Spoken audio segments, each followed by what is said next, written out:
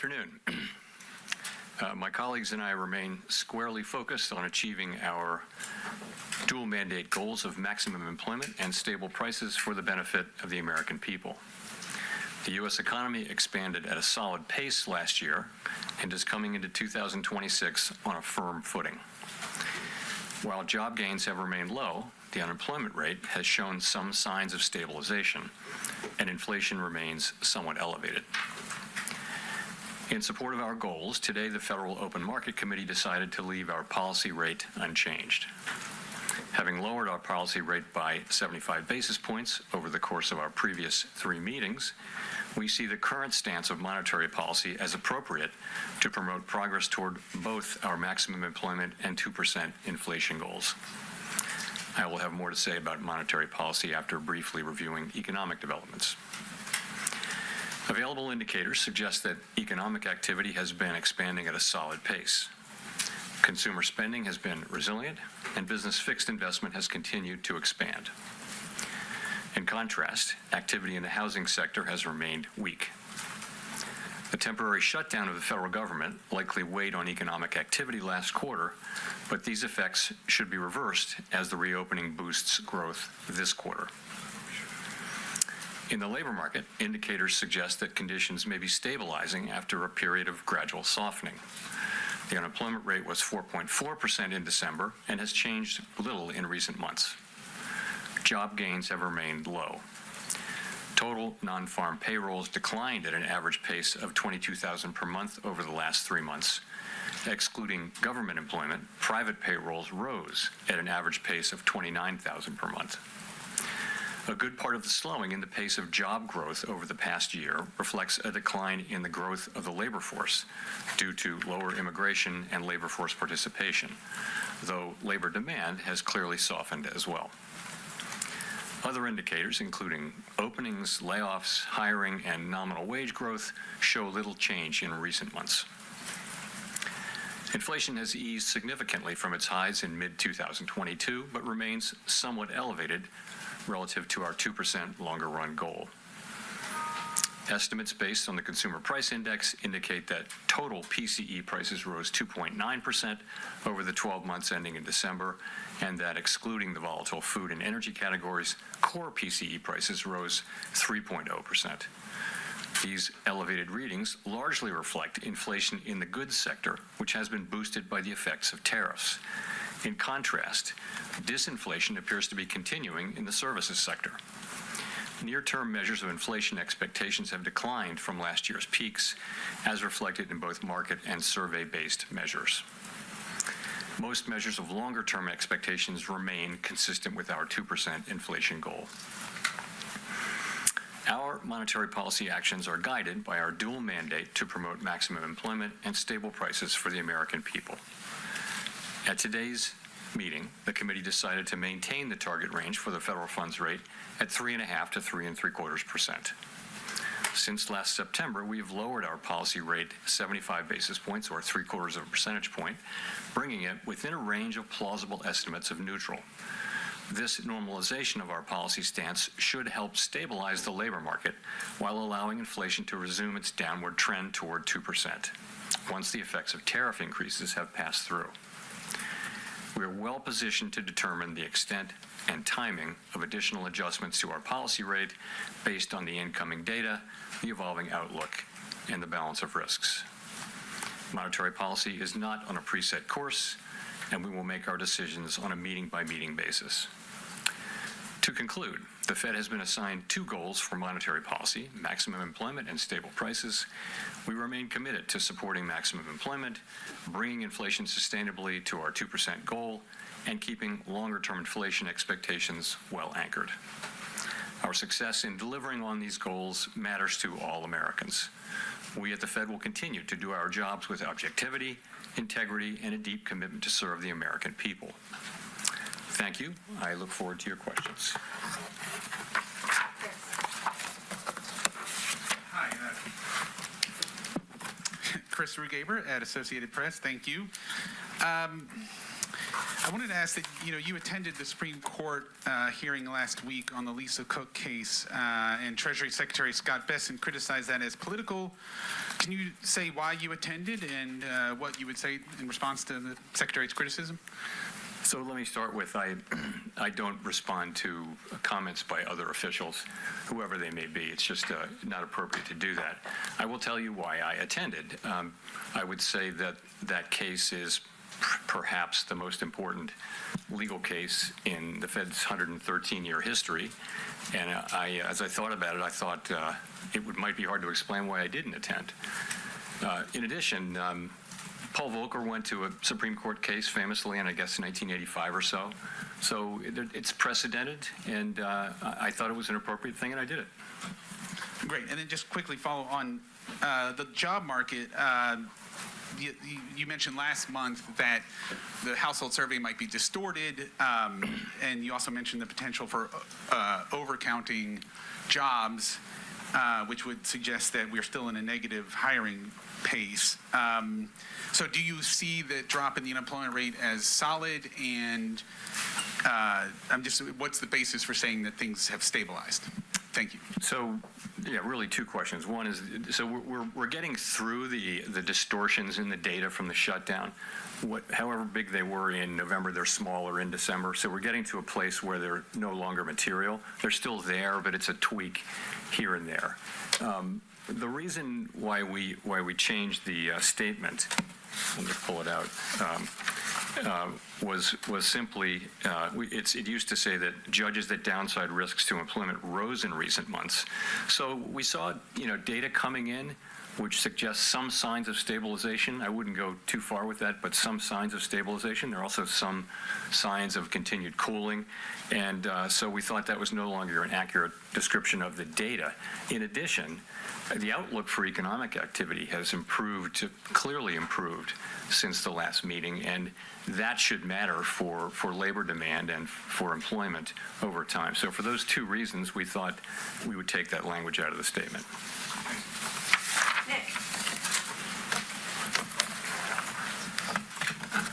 Nick Timrose, The Wall Street Journal. Chair Powell, you've generally avoided engaging with political controversies directly, and the video statement on January 11th was a departure. What made this different, and are you concerned it could draw the institution further into political debates? So today I'm simply going to refer you to the statement that I made on January 11. I'm not going to expand on it or repeat it. So I'm just not going to. This is really about the press conference and the economy and what we did today, and some ancillary areas, but I'm not going to be getting into that. Can you say whether the Fed has responded to the subpoenas? I have nothing for you on that today. Mike. Michael McKee from Bloomberg Radio TV.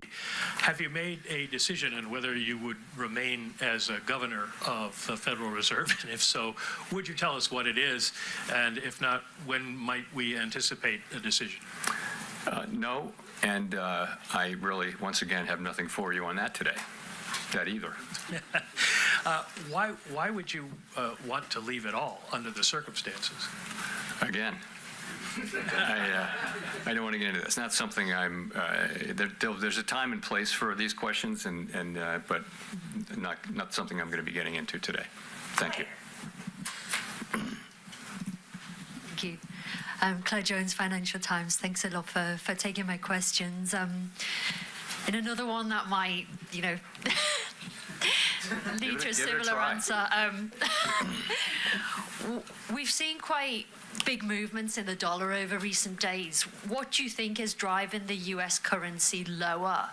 And have you been at all concerned just by the extent of the volatility we've seen this week? Thank you. So, Claire, as you probably know, we don't comment on the dollar. Really, the administration, especially the Treasury Department, has the job of oversight over the currency and exchange rates and all that. We don't comment on that. It's not our role. So I have nothing for you. But, I mean, what's your view on the market movements? I mean, what do you think behind them? Is it asset managers diversifying? Is it? Yeah, I just don't, we don't talk about the dollar. We don't talk about what moves it around. It's just not appropriate for us to do so. Really, the Treasury Department has that. It's their role, their bailiwick, and we stay off it. We do monetary policy and some other things, but we don't comment on the dollar. Sorry. Neil. Hi, Chair Powell. Neil Irwin with Axios.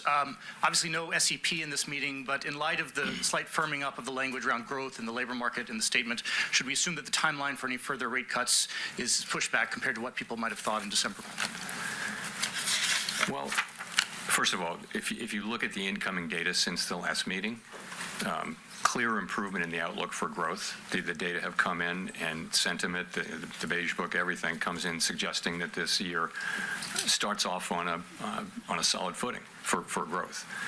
Inflation performed about as expected, and as I mentioned, some of the labor market data came in suggesting, we're evidence of stabilization. So it's overall a stronger forecast, really, if that's your question.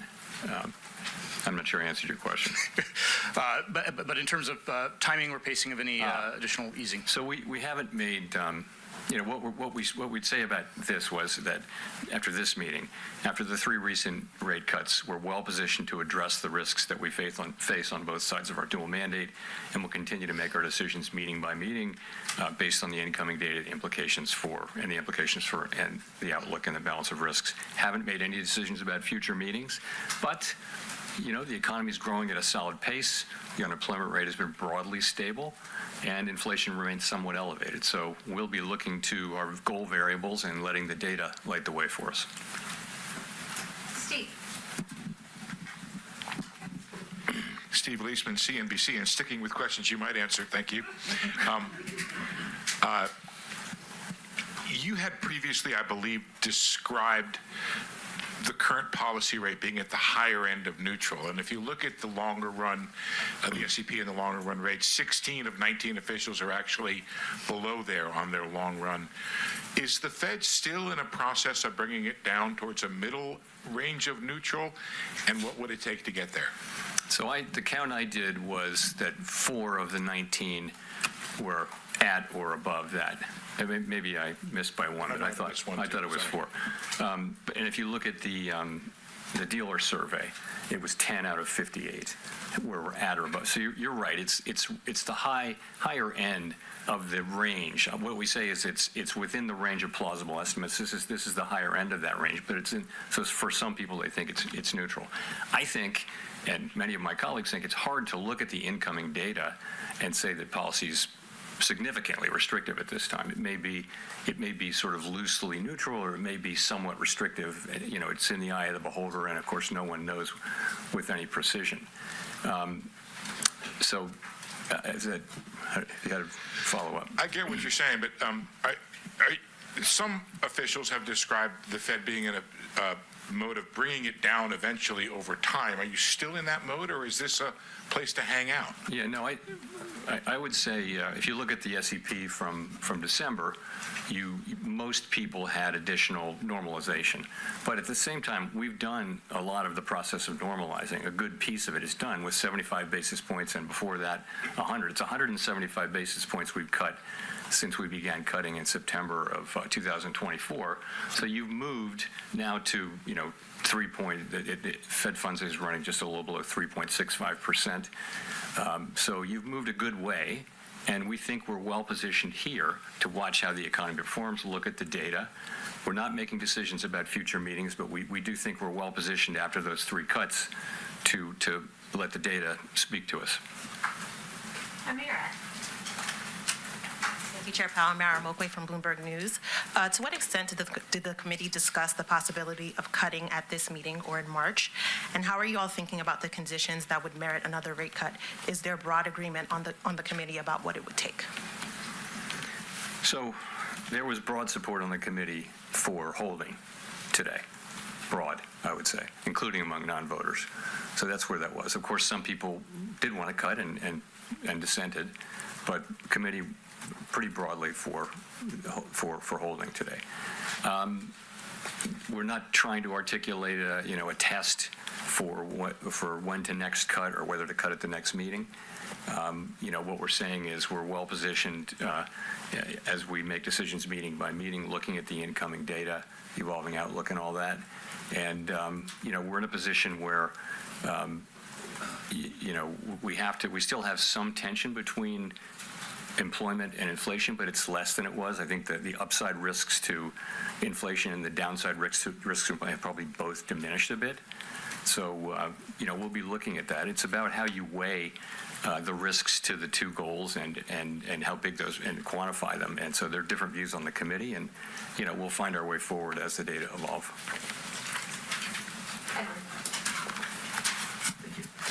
Thank you, Mr. Chairman. Edward Lawrence from Fox Business. Has the effects of tariffs already moved through the economy on prices? A lot of it has. So basically, there are many different estimates, and they're all highly uncertain. But most of the overrun in goods prices is from tariffs. And that's actually good news, because if it weren't from tariffs, it might mean it's from demand, and that's a harder problem to solve. We do think tariffs are likely to move through and be a one-time price increase. So most of the overshoot, if you were to take that out, inflation, core PCE inflation is running just a bit above 2%, x the effects of tariffs on goods. And the other good news is, if you look away from goods and look at services, you do see ongoing disinflation in all the categories of services. So that's a healthy development. So that's what's going on. The expectation is that we will see the effects of tariffs flowing through goods prices, peaking, and then starting to come down, assuming there are no new major tariff increases that are begun. And that's what we expect to see over the course of this year. If we see that, if we see that, that would be something that tells us that we can loosen policy. Also, if we see something that suggests that the labor market is not stabilizing, that in fact the downside risks reemerge, or the data just get worse, we'd have to look at both of those. We have a two-sided mandate. If I could, if President Trump does pick a new Fed chairman before May, what does that look like? How would you work with that person, and what does that transition period look like? I don't have anything for you on that. That will depend on Congress's actions and things I can't speculate on. Howard. Howard Schneider with Reuters. Thank you for taking our questions. Given the changes in the statement and all you've said so far, is it fair to describe risks to both sides of the mandate as roughly balanced right now? And is the next move necessarily down? I'd say that the upside risks to inflation and the downside risks to employment have diminished, but they still exist. So there's still some tension between the mandates. Are they fully in balance? Hard to say. And we think our policy's in a good place. I've just discussed reasons why we might change our policy, and we'll just have to see how the data lead us. I'm wondering, you a minute ago you said you felt expectations were consistent with your mandate, that the 2 and the 10-year break-evens have moved quite notably in the last couple of weeks, I believe. Is there any concern on that front? I mean, I recently looked at all of the both survey and market-based short-term inflation expectations have come way down. They were in a good place at the beginning of last year. They spiked around Liberation Day, and now they've fully retraced in the last few months. So that's very comforting. And the longer-term inflation expectations have remained in places that are very consistent with 2% inflation over time. So expectations have been solid, and they reflect confidence in the return to 2% inflation. Andrew. Apologies if this is a little bit repetitive, but in the past you've said that the reason you cut rates was that the risk to the labor market was greater than the risk to the inflation side. Is that still true? We haven't made. You're right. We saw the labor market weakening, and we acted. And I think that was the appropriate thing to do. We will always act to address what we see as the economy moving away from our goals. risks to both of the variables are a little less. I think the upside risk to inflation, again, a little bit less, and the downside risk to employment, a little less. I just would say that I'm not making a judgment about how, one of them is more at risk than the other, just that the risks to both of them have diminished. Okay, thanks. BIS wrote a paper last summer which concluded that global investors were hedging their dollar exposures in ways that previously they hadn't because of policy uncertainty. Do you agree with BIS? We really don't see much at all about that whole story. There's just not a lot of data that suggests that there's much to that.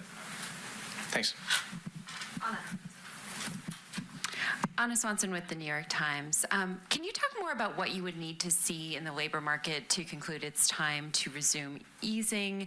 Do you need to see further deterioration in the labor market, or would it be enough for inflation to soften? So we'll always be looking at both things. And so there could be combinations, infinite numbers of combinations that would cause us to want to move. Certainly, a weakening labor market would be an argument for loosening. But what's happening with inflation? If inflation were at the same time getting worse, you just have a very difficult situation there. So we'll be looking at both. Clearly, a weakening labor market calls for cutting. A stronger labor market says that the rates are in a good place. We'll have to be making similar judgments, too, on inflation, though. And if inflation does pick back up and the labor market doesn't show further signs of deterioration, is there a chance that you could raise rates rather than simply remaining on hold? What would you need to see to consider hiking? We don't take things off the table, but it isn't anybody's base case right now, anybody's base case, that the next move will be a rate hike. But, ultimately we'll do what we think is the right thing. But that's not where people's expectations are right now. Victoria. Hi, Victoria Guida with Politico. I wanted to ask, you've talked in the past about concerns about the U.S. fiscal trajectory, and we've seen in the Japanese bond market a lot of turmoil recently, in part due to concerns over their fiscal and long-term economic outlook. So do you worry that the U.S. could at some point find itself in a similar situation to Japan, whether for fiscal or demographic reasons? Over time, you've seen that U.S. rates have remained they haven't moved a lot, really for a while, but they haven't moved a lot because of what's been happening in Japan. So it's more of an over time thing. The U.S. federal budget deficit is, uncontroversially on an unsustainable path. The level of debt is not unsustainable. It's very much sustainable, but the path is unsustainable. And the sooner we work on it, the better. But right now we're running a very large deficit at essentially full employment, and so the fiscal picture needs to be addressed, and it's not really being addressed. So that's important. I'm not in any way connecting it to some sort of near-term market event, but ultimately it's something we'll have to deal with, and that in the end game, that's where you wind up, is in some kind of a difficult thing. But that's not where we are. It's not where Japan is either. But it's certainly not where we are right now. Does it reduce the effect of your rate cuts that longer-term rates have overall not really budged that much? I wouldn't say that. The thing is, technically, higher longer-term rates means less accommodative financial conditions. But remember, many, many things move longer-term rates. It's not mostly what happens on the short end. There can be effects of longer-term rates from moving our policy around, but it's much more assessments of the fiscal path and fiscal policies and risks and things like that move the 10-year around. You can look back at and find periods where we've been very actively moving the policy rate over the course of a year, and over the course of that year, the 10-year is exactly where it started. So there's not a tight link between 10-year rates and the overnight rate. Elizabeth. Thanks so much, Elizabeth Schulze with ABC News. Republican Senator Tom Tillis, who sits on the Senate Banking Committee, said he will block any Fed nominee, including the chair, until this investigation into you is resolved. Do you support this move by the senator, and what conversations have you had with the senator? I've got nothing for you on that. More broadly, what would happen to American households if the Federal Reserve loses its ability to operate independent from politics? So really, the point of independence is not to protect policymakers or anything like that. It just is that every advanced economy democracy in the world has come around to this common practice. It's just an institutional arrangement that has served the people well, and that is to have a separation between to not have direct elected official control over the setting of monetary policy. And the reason is that monetary policy can be used, through an election cycle to affect the economy in a way that will be politically worthwhile. So I'm not talking about the U.S. context. This is every advanced economy democracy of any size. So it's a good practice. It's pretty much everywhere among countries that look at all like the United States. And I think if you lose that, first of all, it would be hard to restore the credibility of the institution if people lose their faith that we're making decisions, only on the basis of our assessment of what's best for everyone, for the wide public, rather than trying to benefit one group or another. If you lose that, it's going to be hard to retain it. And we haven't lost it. I don't believe we will. I certainly hope we won't. But it's very important, and the reason it's important is that it's enabled central banks generally not to be perfect, but to serve the public well. You're confident it can maintain that independence at this point? Yes. I mean, I'm strongly committed to that, and so are my colleagues. Archie. Archie Hall from The Economist. On that sort of stabilization of the labour market question, how much do you see the weakening we saw over the past 6 months, year, as a kind of data mirage around immigration and the government shutdown and so on that's now resolved? Or how much have we seen a kind of real underlying firming up in the state of the labour market, do you think? Well, part of it is, to your point, part of it just is that labor supply, growth in labor supply has come to essentially a halt from a fairly fast clip of growth over the last couple of years, driven by immigration, and then the halt being driven by a very sudden stop in immigration. So many outcomes were possible with that. Supply came way down. It turns out that demand for labor also came down a very similar amount, maybe just a little bit more, which is why the unemployment rate has gone up. So I don't know whether that's a coincidence or not, but that's what's happened with that part. But if you look at other things, like, for example, just to pick a couple, the Conference Board's measure of job availability that came out, I don't know, was it yesterday or today? But, it shows, it's a survey showing that workers feel like job availability it's a very low reading. Just one reading, but it's an indication of softening. People, part-time for economic reasons, which is a category within the broader U6 category measure, has moved up significantly. So there are lots of, and I could go on and on, there are lots of little places that suggest that the labor market has softened.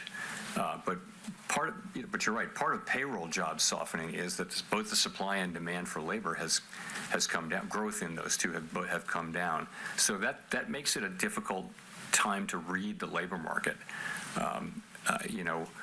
So imagine they both came down a lot to the point where there is no job growth. Is that full employment?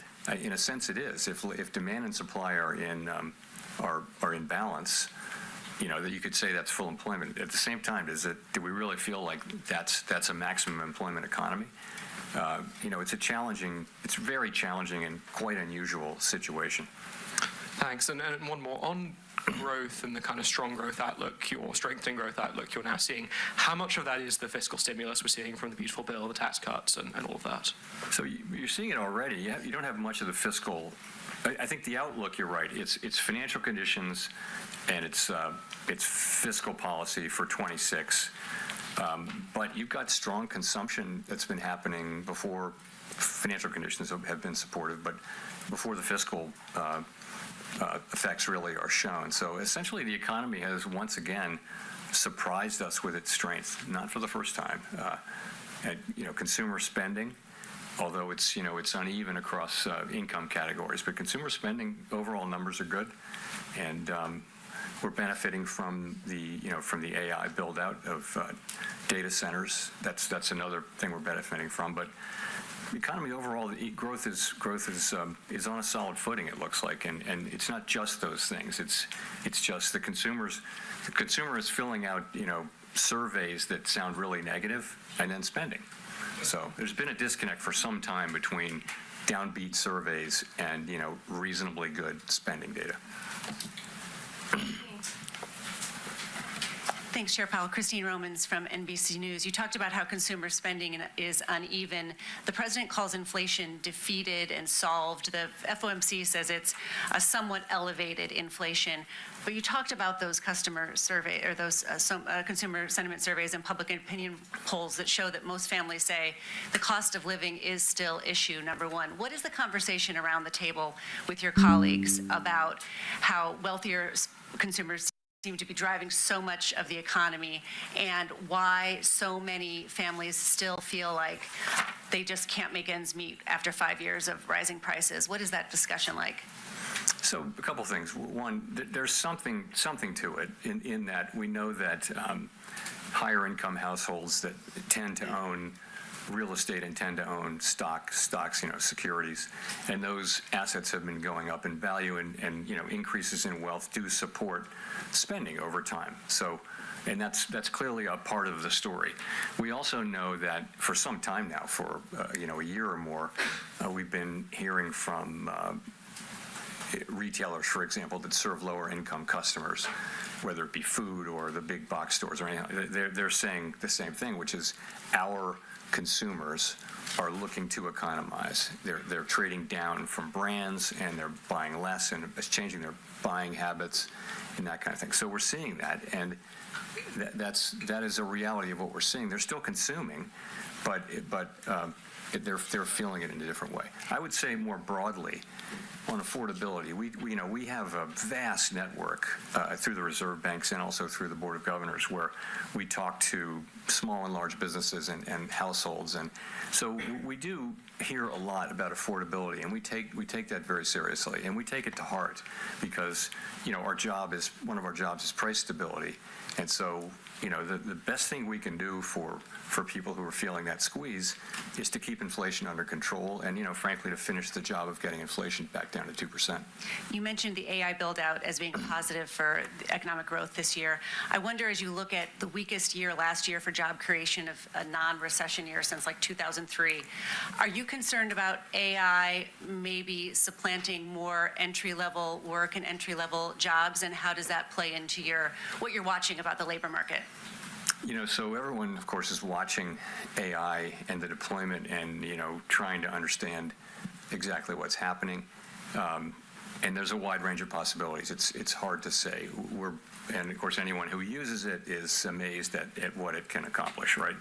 So every technological wave will eliminate some jobs and create other jobs. And it's always been the case. If you look back, wave after wave after wave, there will be some disruption, but ultimately technology increases productivity, which is the basis for rising wages. And it may not all happen immediately, but over time, it's what enables incomes to rise over time, is rising productivity. So we always ask, well, this is going to be different. Is it going to be different? And we don't know. And we may, in any case, see in the short term jobs that are being eliminated by the capabilities of AI. We may see that. We just don't know what the overall effect is going to be. So how to think about it in macroeconomic terms, it's very hard. We can look at the aggregate data. We can analyze, for example, there is some connection, it appears, between the low hiring rate for recent college grads and AI, but it's not the main or only driver.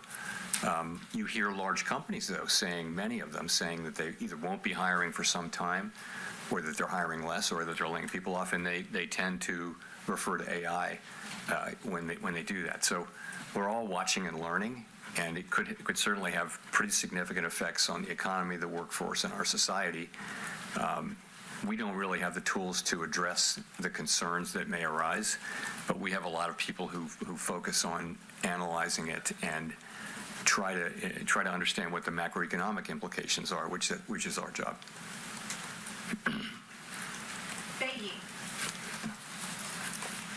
Thank you, Chair Powell. Bayi from AFP News Agency. You mentioned earlier that on inflation, the broad expectation was for a one-time price increase and then for inflation to come down. And I was wondering, is your expectation still for inflation to start cooling in the second half of 2026? And if you could elaborate how far we are from target currently. Thank you. So how far we are from target is, as I mentioned in my opening remarks, we had 3.0% core PCE inflation over the 12 months ending in December, and that's pretty much what we had the year before. So on net, no progress, but the story behind that is modestly positive in that most of the overshoot was in goods prices, which we think is related to tariffs, and ultimately we think those will not result in inflation as opposed to a one-time price increase. Okay, so that's where it is. In terms of, you asked, no one thinks they will, ex ante understand really clearly, precisely when this will happen. But there's an expectation that sometime in the middle quarters of the year, we'll see tariff inflation topping out. So what we do is when a tariff is put in place, we track the effect of those tariffs over a 6, 7, 8, 9 month period, and you can see for that tariff how long it takes to reach a place where it's affected the price level, and that's it. So we're getting better at that, and our estimate is that it'll be sometime in the middle of the year, but I wouldn't look for great precision in that. But we'll be able to see whether things are moving in that direction. I think we'll be able to see. Richard Escobedo. Thanks, Chair Powell. I'm Richard Escobedo with CBS News. I want to look outside the U.S. about what's happening outside our shores and how it impacts the U.S. Canada's Prime Minister said last week that there's been a rupture in the global order, and I wonder how you're thinking about geopolitical risk as it relates to the U.S. economy. So I can't comment on that speech or statement or anything like that. Geopolitical risk for us is, a lot of it is around energy, oil. And so far, we haven't, for all the turmoil, oil prices have come down, as you know, and so we don't really see much. Longer than that, it's trade, and the trade, the economy, our economy has pulled through pretty well, you'd have to say, given the very significant changes in trade policy. The U.S. economy has pushed right through.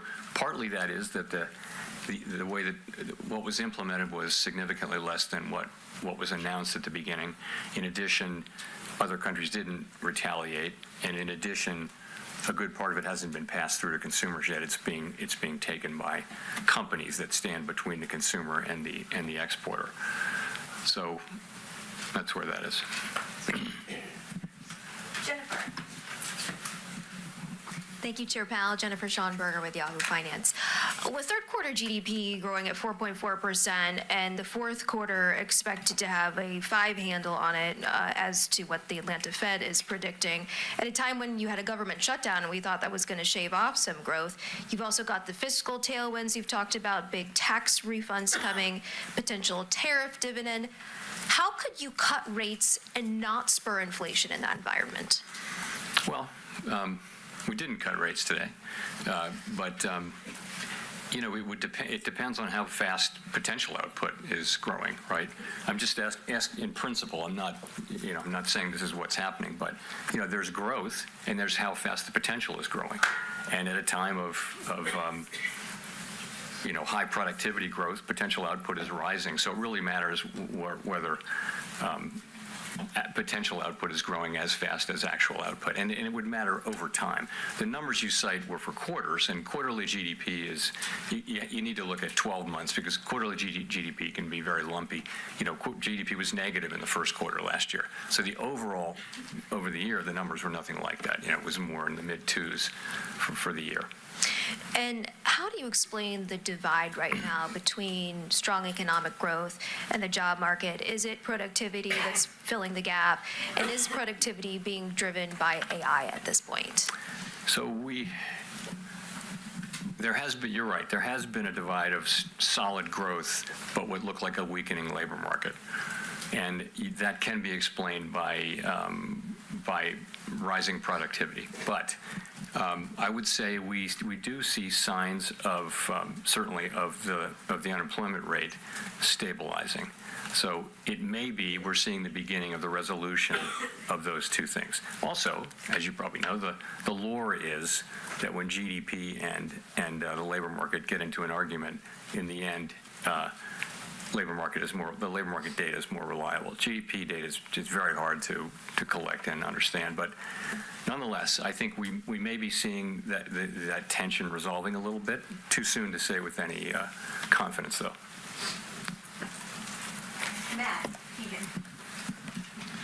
Matt Egan with CNN. Chair Powell, after today, you have 2 meetings left as Fed Chair. You've obviously experienced a lot during your time as Fed Chair, served under multiple presidents. I'm wondering what advice you have for whoever your successor might be. Honestly, I'd say a couple of things. One is stay out of elected politics. Don't get pulled into elected politics. Don't do it. And that's another thing. Well, another is that, our window into democratic accountability is Congress. And it's not a passive burden for us to go to Congress and talk to people. It's an affirmative, regular obligation. If you want democratic legitimacy, you earn it by your interactions with our elected overseers. And so it's something you need to work hard at, and I have worked hard at it. So, and the last thing is, it's easy to criticize government institutions so many ways. I will tell whoever it is, you're about to meet the most qualified group of people you not only have ever worked with, you will ever work with. And when you meet Fed staff, and not everybody's perfect, but there isn't a better cadre of professionals more dedicated to the public well-being than work at the Fed. Thanks for that answer. If I may follow up, as I'm sure you've noticed, gold and silver prices have experienced historic gains of late. And I'm wondering how much attention, if any, you pay to those moves and what message you may take from these significant price increases we've seen for precious metals. Don't take much message macroeconomically. The argument can be made that we're losing credibility or something. It's simply not the case. If you look at where inflation expectations are, our credibility is right where it needs to be. So we look at those things. We don't get spun up over particular asset price changes, although we do monitor them, of course. Nicole, for the last question. Hi, Nicole Goodkind-Barons. Some prominent critics have charged that the Fed's economic models are somewhat backward-looking, but should be more forward-looking, incorporating things like productivity increases from AI. How do you incorporate current and future developments into your analysis and decision-making, and do you have an answer to those critics?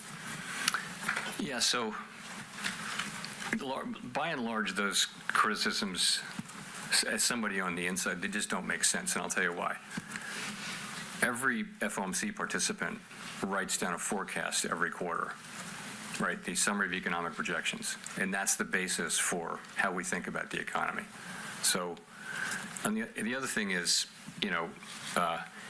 what an economic model can do is it can grind up all the data for the last number of years, 50 years, let's say, and it can identify what are the relationships between variables A, B, C, D, and all that kind of thing. And it can tell you if you change one of those variables, this is what should happen in the macroeconomy. That's just the way it works. However, the structure of the macroeconomy is constantly changing. For example, we hadn't had a pandemic in 100 years. It wasn't in the model. And we knew it from the very beginning. It was not in the model. A trade war of this scope, we'd never had that in 100 years. And so there's great uncertainty at different points. Another thing I'll say is, when it comes to, technological developments that raise potential output, some kind of technological revolution, like happened in the 90s here, and like maybe happening now with AI. We're all over that, and everyone studies those periods, and we're very clear-eyed about the possibility that this higher productivity may persist. and also that it may not. We're not, no one's sitting here unaware of the possibility of higher productivity. We've been talking about it for 3 years. It long predates the current situation. It's been going on for 5 or 6 years. We've had productivity higher. We've been talking about it that whole time. So it's very much on our minds, and we are well aware that higher productivity means higher potential output, and it changes the way you think about potentially inflation, growth, labor market, and all those things. That's all in our models. I mean, if it's just a question of using better models, bring them on. Where are they? We'll take them. But I think, we certainly are in contact with anybody who does economic modeling, and we're always looking to do better at that. But that's how I think about that. And just a quick follow-up. We've been talking a lot about tariffs and passing through, and we've been talking a lot about them for the past few months. The trade landscape is still in a constant state of flux. Announcements, threats, negotiations, they're all frequently changing. So I'm wondering how you actually track these, what data or channels are most critical to follow this in real time. Trade? Yeah, the impact of tariffs and how they're changing. Yeah, I think our staff has done a really nice job on that, and they've kind of put it together in real time. So as I mentioned, a tariff gets put in place. You can pretty much track its effects on pricing and on everything. And so you build a model up from all of the tariffs. At the beginning, it was very much of a forecast. Now it's every cycle that goes by, it becomes more informed by actual data. And our forecasts were not far off. What changed was, as I think I said earlier, what was implemented was smaller than what was announced. In addition, we didn't see retaliation internationally, and I think people did generally expect that because we saw that in the past, and that really mattered too. And then the other thing is that pass-through didn't know how fast that was going to be to consumers, didn't know how much exporters would take, how much companies in the middle would take, and how much the consumer would take. And it turns out it's a lot of companies in the middle who, by the way, are pretty strongly committed to passing the rest of it through, which is one of the reasons why we need to keep our eye on inflation and not declare victory prematurely. Thank you. We're done? We're done. Okay. Thank you very much.